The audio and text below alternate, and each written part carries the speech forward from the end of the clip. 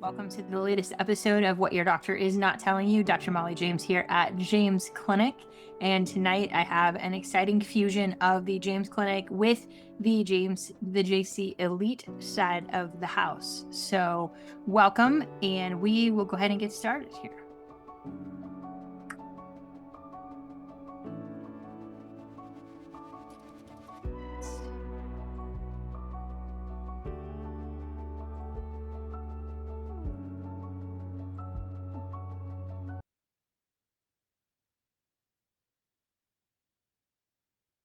All right. So here we go. I want to talk a little bit about what JC Elite actually is, if you're not familiar with that term or where that came from. So, this is the Special Operations Division of James Clinic. So, we haven't done a lot with it yet, and I will explain why that is. We have a full line of supplements.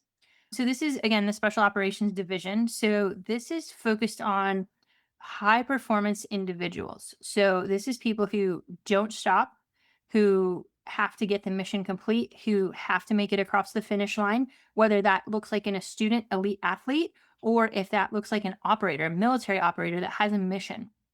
So this is focused on, again, our director of JC Elite, Major Mike Hall, is a former special operator with the Marines and still involved with anti-human trafficking through their nonprofit, the Remnant Ministry TX. So he is currently deployed. So that has slowed our plan down just a little bit. And basically, this is a fusion of my side from the medicine and his side from the performance recovery and the athletic side. He's a bodybuilder, he has elite athlete children. So we fused the two together and came up with JC Elite. So you are stuck with me until he gets back from whatever bad place they sent him. But this is a specially formulated supplement line for high performance to negate that burnout, those people who never quit, who have to get recovered or mission suffers. So what that includes is things like recovery roadmaps. So, some of you may know this already. If you have an injury, if you have surgery, we have ways to help expedite the healing from that all over the place. We have protocols. Same with TBI, traumatic brain injury. So, concussions and things like that. We have roadmaps that we can walk people through to get them recovered even faster. That applies to our student athletes who maybe scholarships are on the line and they get injured during the season, where it's literally career changing for them to get back in the game before the season's over. We also are adding a structural medicine expert, Dr. Figueroa, to the team. So we will have that musculoskeletal high performance component as well. The website is coming soon for JC Elite. In the meantime, you can follow us on Instagram, and I'll make sure you have that because, again, behind the scenes, that is firing up. We just got a little bit delayed with the deployment. And we have some special things we're going to be doing once the website launches that I will be getting into. So, the fourth Monday of every month is focused on the JC Elite, the high performance end of things. So, today, what we're going to talk about is cardio versus resistance training and how do you get the most out of your workouts? Where really is the bang for the buck as far as longevity, lifespan, health span? Where should we be focusing our efforts? And you might be sitting there saying, like, I'm not an elite athlete. Like, this doesn't pertain to me. I'm not an elite athlete. However, it pertains to all of us because we all have a physical capacity. We all have to be self-sufficient. This world is a crazy place and we may be self-reliant to, move ourselves to safety or help someone else get to safety. You don't know what's happening. So this became a huge issue in North Carolina with the hurricanes as we were helping other people. You have to haul things. You don't have all the luxuries of life during those periods. So you want to have good athletic performance just for day-to-day things. So today, first we're going to start with a quick test. This is a self-assessment so you can track along. So if you have a little notepad, grab that because you're going to add some points and figure out where do you as an individual need to focus your efforts to get your athletic performance to the next level. We're going to talk about what each one does at a cellular level. What is the difference between cardio and strength training? Should you do one over the other? And what levers is that pulling inside your body to augment your performance? We'll talk about the triad of training, cardio, strength, and recovery, and what is the best thing. So you'll leave here tonight with what should you actually go be doing on a daily or weekly basis to improve your physical endurance and capacity. So here's a question, and you can drop a note in the chat. What is the most important parameter to predict lifespan? Does anybody know the most important parameter to predict lifespan? So that is living as long as possible. Any guesses? I'm watching the chat, so we try to make this a little bit interactive. All right. What is the most important factor for health span? Okay. We've got a guess of family history, muscle mass. I like it. Telomeres, exercise. Okay. You guys are on the right track. So the most important parameter, how much water? Okay. So the most important parameter for lifespan is max VO2. So when you get on, if any of you have done our state of the art testing, a max VO2 where you put the mask on, you go on the treadmill, how much oxygen can your body use to produce energy? Is, yep, Brett, you got it. So that is lifespan. Health span is actually muscle strength.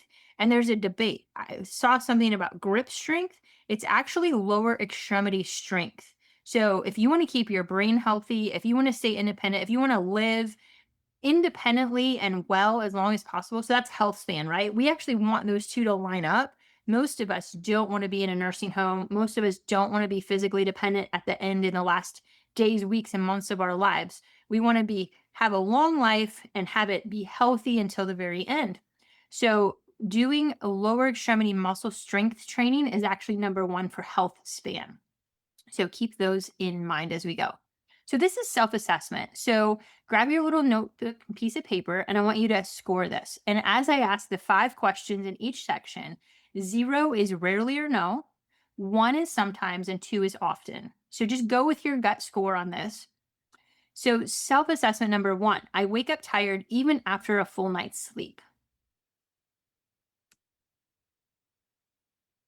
So rarely, sometimes, or often. I need caffeine to feel functional.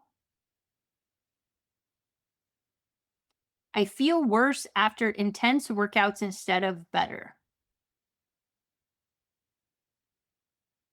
Number 4, my energy crashes in the afternoon. And number 5, my recovery feels slower than it used to. So those are your first 5 questions for section 1. So add up the total there. The next section. Number 1, I feel weaker than I did 5 to 10 years ago. Rarely, sometimes, or often. Next, I struggle with lifting, carrying, or climbing compared to before.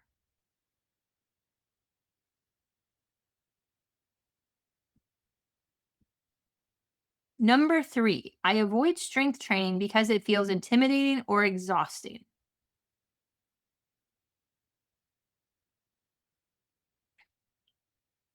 Number 4, I notice more aches, stiffness, or minor injuries. And number 5, my body composition is changing despite effort. So that is section 2. So you're going to add that up on 0 to 10 and give us your score. 2 more sections. Section 3, walking uphill or stairs leaves me winded. Now make sure you're scoring these by section. Walking uphill or stairs leaves me winded. Number 2, my heart rate spikes quickly during activity. So this is easier if you have a wearable device and you know what your heart rate is doing. Number 3, I avoid cardio because it feels uncomfortable.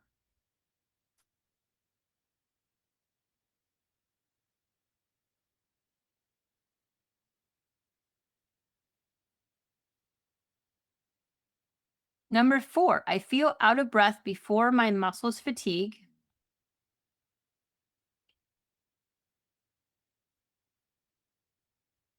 Number 5, my endurance is clearly worse than it used to be. So that's section 3. So you should have a score for section 1, 2, and 3 now. And then the last section. Number 1, I feel tired but wired. So you know the feeling, you're going to bed and you're You're exhausted, but your mind is racing. Not tired, but wired. Jacked up feeling. So 0 is rarely, 1 is sometimes, 2 is often. Number 2, my sleep quality is poor or inconsistent.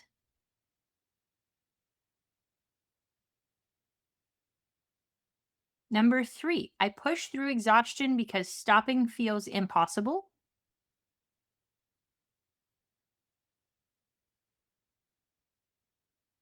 Number 4, my workouts feel like another stressor, not stress relief.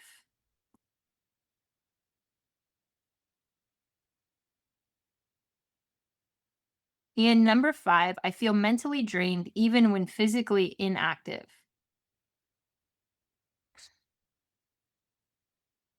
So this is your section 4.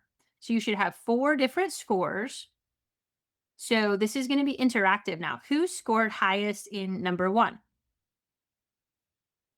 Drop a note below. Who scored highest in section 1? Anybody? All right, shy group here. Yes, section 1 was I wake up tired after a full night's sleep. I need caffeine to feel functional. I feel worse after intense workouts. My energy crashes or my recovery feels slower than it used to. All right. So if you scored high in this section, this is energy and recovery. So what it means is that your ability to make energy is impaired. And if you're doing high intensity training, you actually might be counterproductive. You might be making yourself worse. So if you are scoring high in this category, you want to focus on walking. Zone 2, we're going to get into what the zones are. So, getting that cardiovascular base, getting your body ready to bump up the heart rate in a comfortable way and building the ability to do that over time. Low load strength. So, again, this is your starting point, right? And sleep and recovery. And we're going to get into that. So, more energy availability. Building that cardiac base is your priority if you scored the highest in section 1. Section 2. So this goes to strength. Who scored the highest in section 2? Betty did. Janie did. All right. All right. If you scored the highest in section 2, then you have a problem with strength and structure. So you need you have too little lean mass. You need more muscle. You have not trained enough. You haven't built up your strength. Your metabolic reserves are declining. So we're going to talk about why that is. So you need progressive resistance training. So you need somebody that's going to help you challenge yourself with weights and progressively lift heavier over time. You need to make sure you're eating enough protein that your body can build muscle once it's challenged. And you need neuromuscular loading. So you need to challenge your muscles in different ways and different directions to build the muscles, the tendons, and the nerve responses, that muscle memory. So muscle is your metabolic insurance policy. What does that mean? We're going to get into that. You don't want your metabolic rate to drop as you get older. Muscles is your longevity. Okay? Section 3, walking uphill, heart rate spikes. I avoid cardio, I feel out of breath. Who scored high in section 3? There's lots of me's, so I've lost track. Okay. So if you scored the highest in section 3, this is your cardio capacity. So there's a lot of 1, but 1 was kind of mixed. So this is you need your cardiovascular base. So low mitochondrial efficiency. So those mitochondria can't kick it into high gear when you need it to. So if a lion came out of nowhere and you had to run, you're in big trouble because your body can't up downshift, upshift, car people tell me which one it is. You can't shove it into high gear and hightail it out of there. This is poor oxygen delivery or conditioning. So remember, to make energy, our body has to get oxygen into our lungs. That oxygen has to transfer to the blood. The blood has to deliver that oxygen through the capillaries. We're going to be talking about this Wednesday night and next Monday. Through the capillaries to get to the cells. Then the mitochondria have to take up the oxygen, turn it into energy so that you can run away from a lion. Okay. So if you're going to fall into this category, you need zone 2 base training. So this is actually Zone two is actually kind of fun and easy to get started. And then gradual endurance work. So you're going to start with that 10 minutes once or twice a day, and you're going to build that up over time. So, really, if you are starting at square one, tonight's talk is for you because we're going to teach you how to go from that square one to a decently, maybe not a professional, or maybe not an Olympian, but we're going to teach you how to get to a decent place that you can be in the top 1 to 5% of Americans because very out of shape. I don't have to tell you that. Okay, section four. Who had this one as your highest? All right, some of you are saying you've scored 10 out of 10 in all four sections. This is a high achievers night, so thank you for being here. This is your highest. Okay, if this is your highest, your stress and your nervous system is shot. Okay, so you are not going to want out and train for a marathon. You are going to have to take it easy and you're going to have to focus on recovery on this section. So, this is your overloaded high performer. So, this is who JC Elite was really made for if you think about it. Your training load exceeds your ability to recover. So, these are those moms, the moms that like they have kids and they're like 30, 40, they're doing it all, right? They've got a job, they're taking care of kids, they're training for a marathon because they're putting on some weight. And the more they train, the more weight they gain. Does this sound familiar to anybody? That is because they're creating a cortisol feedback loop. So those calories burned is negated by the stress response in the body. So in this, you have to take a breath. You've got to reduce the intensity temporarily, right? You've got to let your body catch up here. You've got to do those. We've got the sympathetics and the parasympathetics. So the sympathetics are your fight or flight, right? That's the lion comes and you're running away, or somebody comes up to you, you're ready to go. Parasympathetic is that rest, it's that repair mode. We need to shift into that parasympathetic, the calming, cooling, soothing, digestive, letting the body do what it's supposed to do. So, again, this is a focus on recovery. So, now you know which section you fall into. You want your highest score to be your top priority. And some of you might have said, well, I scored high in all of them. No problem. Then we need a balanced approach starting at square one. So we need to know, what is your goal? Because your goal is going to derive this. And a conversation I had with Major Mike early on really shifted the way I think about things because I've never been, I went to medical school. I've never been training for an athletic performance career. So his analogy was, if you're a Green Beret, they're going to drop you and you may have to hike in 5 miles to do that. So you want to be long and lean, you want to have high aerobic activity, right? Because you're going to have to walk a long ways. You don't want to be a big, muscly dude because that's more energy that you have to haul in. You want to be lean, you want to be thin. If you are a Delta Force guy, they're going to drop you in a helicopter right where you need to be and you're going to kick down doors. Those guys are big, bulky, they're going for muscles. They couldn't hike 5 miles if they had to. So when you start thinking, what are your goals and objectives? Most of us don't want to get dropped out of a helicopter or hike 5 miles to go save somebody, but it kind of are exaggerated examples. What do you want to do? Maybe you're working on a farm where you need to, you're walking miles a day to get in your chores. Maybe you have to haul things because of what you're doing on the farm. So it's all about that. Or is it aesthetics? Is it just how you look in certain clothes, like making sure you're chiseled out and carved? Do you want to hit an athletic goal? Do you want to go run a marathon? Is that what you want to do? Do you just want to live as long as healthy as possible? That might be a different focus for us. So, and then metabolic health. Are you reversing some metabolic disease? Do you want to keep your metabolic, for reversing diabetes, maybe our goal is to stay not diabetic for the long term and optimizing our physical body to match that as long as possible. So, cardio training. Cardio is like burn the tires and light the fires, right? So, this is like go mode. So, the cardio training, this exercises your heart, your lungs, and your vasculature. So when you exercise, your capillaries are going to vasodilate to send more blood flow to the muscles. They can't do that without practice. So that's why we want to gradually build that cardiac base. We want to make that heart pump as effectively and efficiently as possible, but our lungs have to keep up too. Have you ever just taken off and done a sprint and your lungs start burning? We've got to train these three all together. So this is oxygen delivery to the tissues. This is based on your heart rate. This is based on blood volume. Has anybody ever gone and done hot yoga without getting hydrated? It doesn't go very well. So this is going to be dependent on blood volume because you need every pump of the heart, you need to deliver a lot of oxygen to the body. What comes into play with this is the respiratory rate and the coordination of the respiratory rate.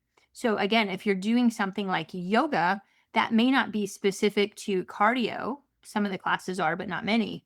But it's definitely going to help with that coordination of respiratory effort and learning how to breathe most effectively. So, you can take nice big inhalations and calm, controlled exhalations. So, that's going to be the the oxygen delivery component of that.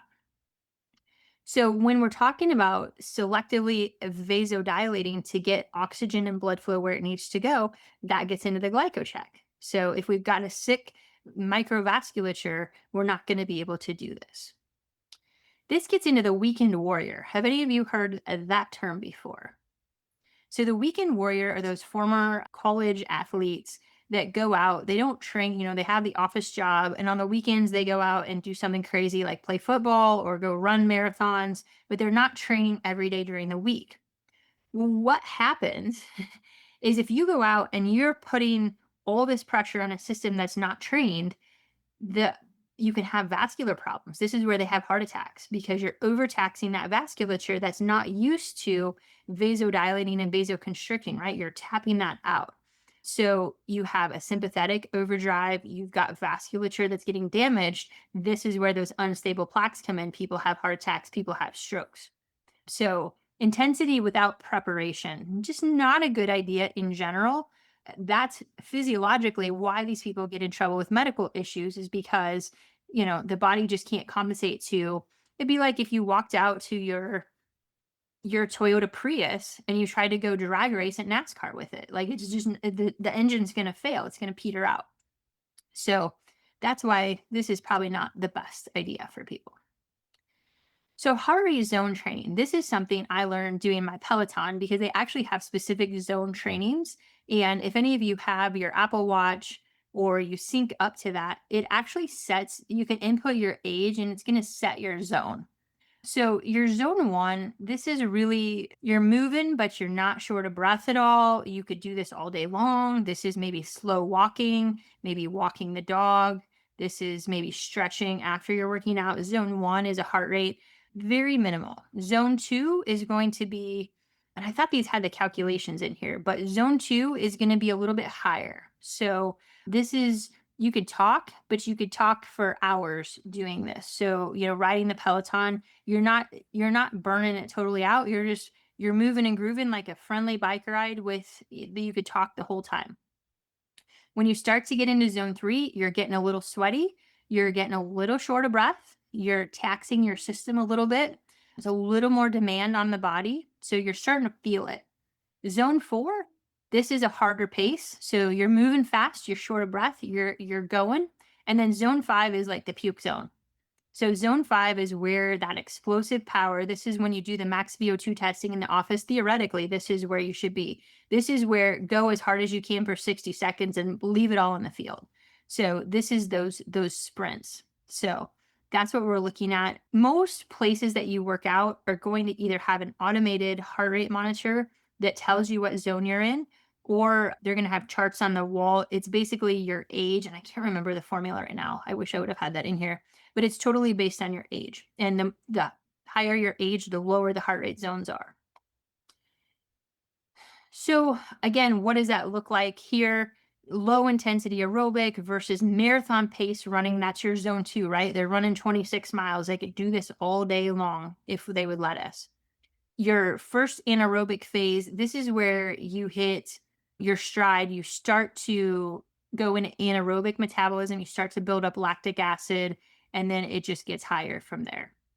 So in that second anaerobic phase, you're going to start to burn sugar, that glycolytic phase, right? You're burning through your glucose stores, you're leaving it all out there. So this is going to be your Olympic athletes, your sprinters, short bursts of energy.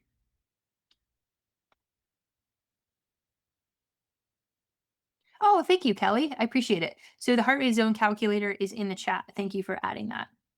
So, what does it do physiologically? Number one is it increases mitochondrial density. So, we've been talking about that a lot. We are trying to wake up the mitochondria with our mitoregen therapy. So, once we've maybe popped you out of a rut, now you need to get moving. You need to get your wheels under you so that you can continue that going on and on. So, this increases mitochondrial density. It increases the capillary density. So, when we're doing the glyco check, if your capillary density is low, this is one of those ways to rebuild and force those capillaries to get to every single cell and deliver oxygen a little bit better. Increase in cardiac output. So, again, your heart theoretically is a pump. So, that pump getting more efficient. This is why endurance athletes have lower resting heart rates because the heart pumps so darn effectively. It just doesn't need to be very high. Heart rate variability is an important factor here. So, when your heart rate is super fast, there isn't room for it to vary from beat to beat. So, beat to beat variability is what we're looking at here. The higher the heart rate variability, the better the cardiac health and the coherence is. So, we want to get that heart rate variability score up as high as possible. And again, if your heart rate is 114 versus 50, when it's 50, you've got a lot more room for every beat to be different than if it's super fast, where it's boom, boom, boom, boom, boom, boom, boom. It's about the same every time.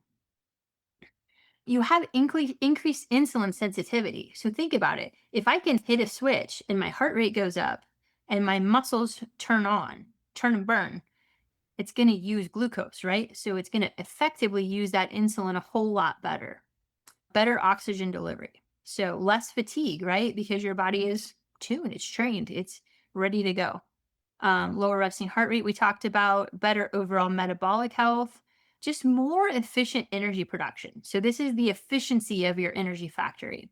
And as your body is able to use more oxygen, you're going to increase the volume of oxygen you can take in and convert to energy. So, this is, again, max VO2 testing. You're seeing this in Olympic athletes. We are showing it to you as well. So, this is an objective endpoint when we're working with you, whether it's thyroid medication or mitoregen or whatever we're doing. You can look at the max VO2 resting or active and see how it increases with what we're doing. So, resistance training, this is the handle more, right? So, we talked about the energy, that's the power plant side of things. This is the physical structure side of things. So, resistance training are workouts designed to strengthen the muscles and the capacity. So, this is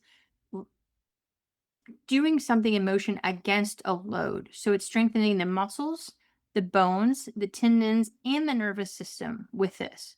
So there's multiple types of resistance training. There's traditional, there's hypertrophy training where you're really trying to blow up that bodybuilding physique, endurance, powerlifting, these guys that lift 400 and 500 pounds, crazy. And then there's functional and stability based training, which a lot of us are going to be interested in. So that gets into kind of your Tai Chi and keeping your balance and your flexibility as you get older to reduce your fall risk. So, resistance training, this is muscle fiber recruitment. So, this is turning on different engines in the body and checking for stability when you engage in something that your body is there to respond. So, the muscles aren't just there to contract, they actually send chemical signals to the body. They utilize insulin. So, the GLUT4 receptors are there to help with energy production. We always think of bone health as a menopausal women issue, but that's not the only people that it affects.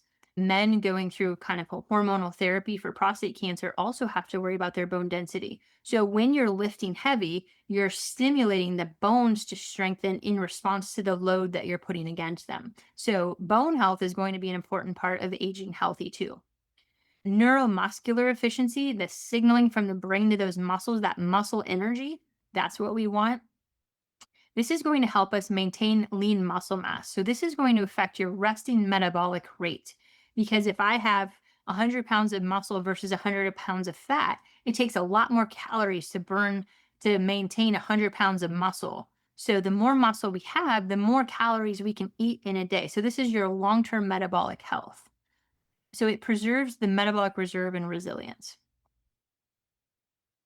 Now, it's important if you're going to build muscles, right? Most of us want lean muscles, but if you're going to bulk up, you have to counterbalance that with with mobility training. So, I actually just bought these orange sticks. I have them. So, anything you can do to keep rotation in the spine, be as flexible and pliable as possible. It's going to be really important. Again, fall risk as you age. You can see here keeping motion in the hips, in the flexors, just so important. There are certain societies and cultures where they just go into kind of the squat mode just around the fire, and they have really good hip mobility. These people live into their late 80s, early 90s and beyond because of that lower extremity strength. Imagine how much strength and balance you have to sit in a squat like this for 15 minutes. Massive. So entire societies do that. So economy of movement is an interesting paradigm that we test in the max VO2 testing. So how efficient are you at moving? So if you want to go out and walk around the block, for example, now if I'm an Olympic athlete, then I'm going to go walk around the block. I don't want that to take many calories because I want to be able to up my output so high that I don't want it to take a ton of calories to do that.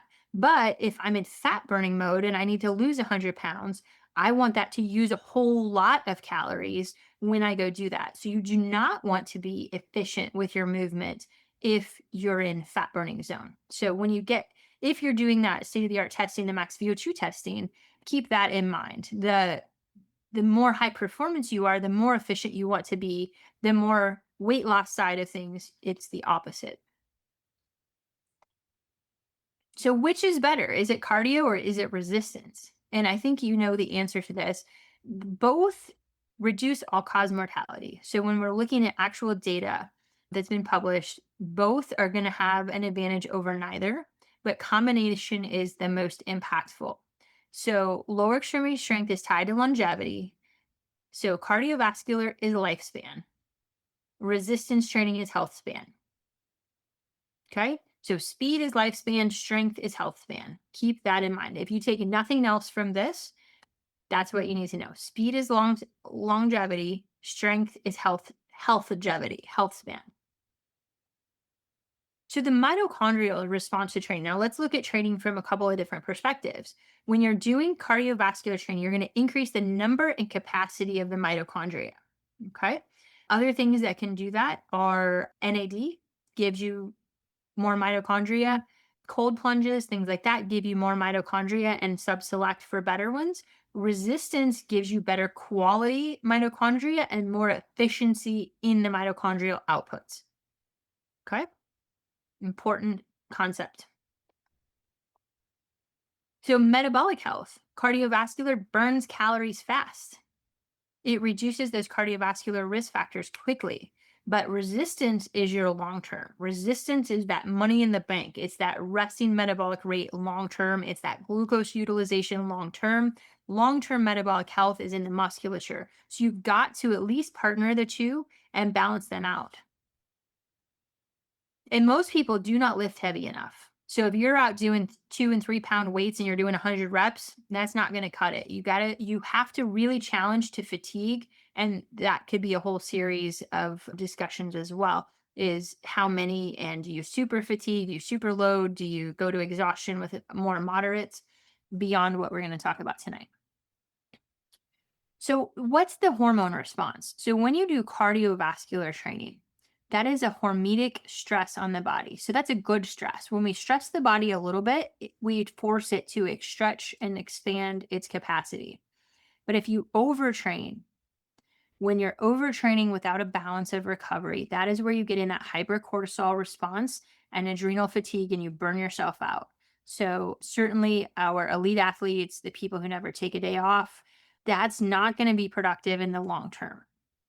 Resistance training is the anabolic signal, right? So it's going to signal the muscle, the body for those hormones that are going to build muscle and build up the body.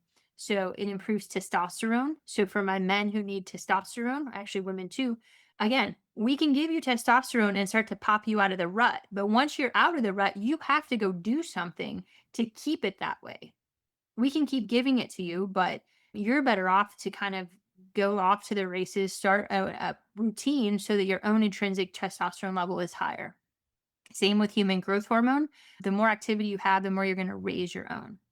And again, if you overtrain and you don't allow enough recovery, you're going to have muscle damage. You're going to be more injury prone. You're going to get yourself in trouble on this end too. So you've got to have a balance of recovery, especially after long training days.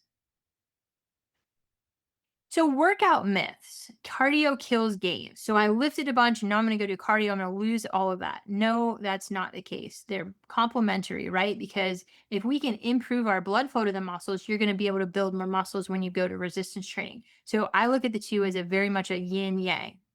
Lifting is heart healthy. Not really. You've got to have cardio. So, unless you're doing circuits and you're getting your heart rate up, which is very popular, lifting itself, just doing sets and reps without getting that heart rate to a zone 2 or zone 3 isn't getting you a lot.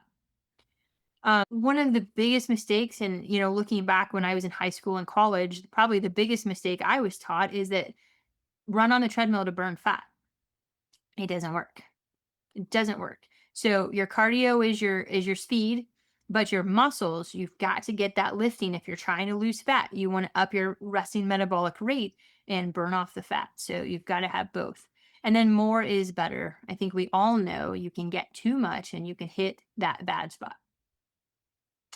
So, what should you do? If you're sitting there like, okay, this is all great, but what should I do and what should I incorporate in my routine? And a lot of it is going to depend on where you're starting out. So, and as I look up here, some of you are already fairly busy and you've got a workout routine in place. Some of you are doing nothing. Okay. So it depends where you're starting out. Ideally, you want to get to a point where 2 to 4 resistance sessions a week. So at least twice you want to go lift weights for 20 to 30 minutes and or 150 minutes of moderate cardio. So 5 days a week, a 30-minute walk or 75 minutes of vigorous cardio. So that's your HIIT trainings. That's your pop your heart rate up, let it recover, up, recover, high intensity interval training. And then you've got to work into it mobility and recovery. So that's just kind of your normal average. All of us should strive to get to that for ultimate health, and you can get there a whole bunch of different ways. If you're high performance, you need to start with that zone 2 base training.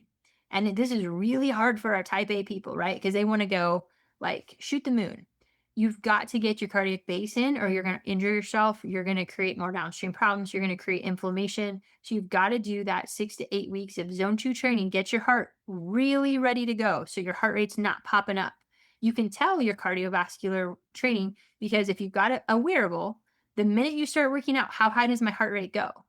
So let me give you an example. When I start walking my dogs for the season, my heart rate may get 120, 130, maybe higher going up a hill, or if I wear weights. And by the end of the season, it's barely getting to 110 with the same kind of activity. So that's where your cardiac base is coming in. Again, 1 to 2 HIIT sessions and progressive strength training. So you want somebody to work you from a lighter weight up until you're lifting heavy and incorporating that effectively. And then burnout. If you are in burnout mode, whether it's from medical issue, whether it's from overtraining, whatever it's from, it doesn't matter. Start with walking and low resistance. So, 10 minutes a day. I have some people work 10 minutes a day. That's all you need to do. Just move your body, maybe get some some bands or something low resistance. We want to build some mitochondrial strength back in there before we start to tax the system. You've got to recover before you can strengthen.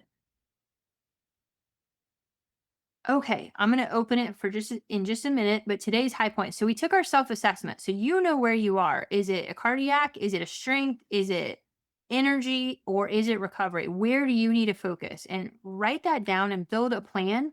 And if you need to bring that back to us and we help you build a plan, we can do that. The cardio versus strength training, we talk about what they do on a cellular level.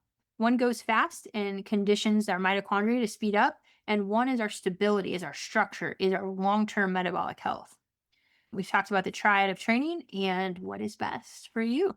So I'm going to open it in just a second. Make sure you're following JC Elite Athlete on Instagram. It's been a little quiet for a while. Like I said, as Major Mike gets back and is able to engage with us, that will be ramping up again.